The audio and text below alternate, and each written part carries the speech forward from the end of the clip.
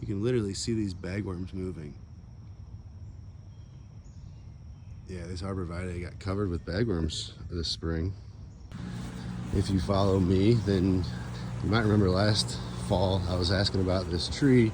Couldn't figure out what was wrong with it. Had a couple dead branches, kind of like that type of thing going on. I found on the back of it, I found a couple bagworms hanging out right about here. Plucked them off.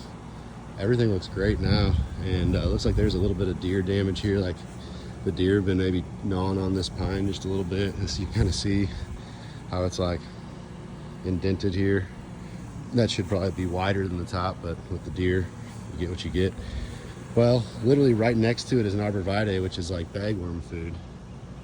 And these bagworms are literally alive. You can see them moving. You see them in their bags shifting around, and how they're like cutting off little pieces of the plant to make their little cocoons. Just like that's a little piece of the plant. They chewed it off, tied their web to it, and now they're about to add it to their little cocoon. He's gonna suck it up. He's gonna suck that up into his cocoon right there. See the little cocoon? Like a spider would suck up his web.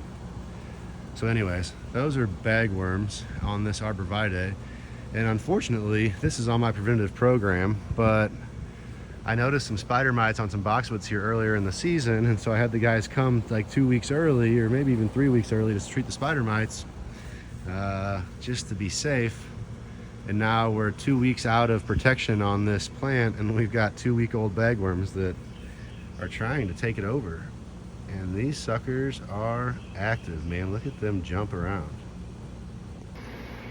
So at this point, I'm gonna hit this with an imidacloprid drench, and I'm gonna go ahead and spray it with a foliar spray of Talstar.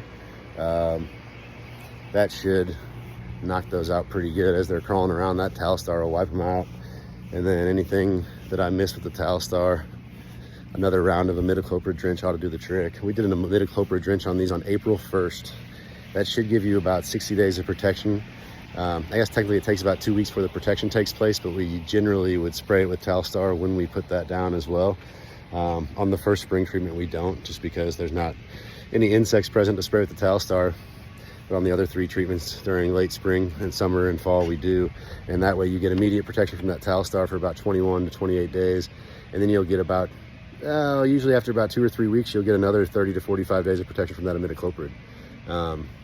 Unfortunately for us, we probably were just a little bit light on our imidacloprid treatment, so we only got 30 to 45 days out of it, and it was just a few days less than we needed to keep this thing safe. This customer's actually on the schedule next week for another treatment, and we're gonna bump that up and see if I can get it done today. If I can't get the applicators out here today, they'll do it first thing Monday morning, because it is Friday. So anyways, happy Friday, everybody, and hope you're all having a great weekend, or a great week.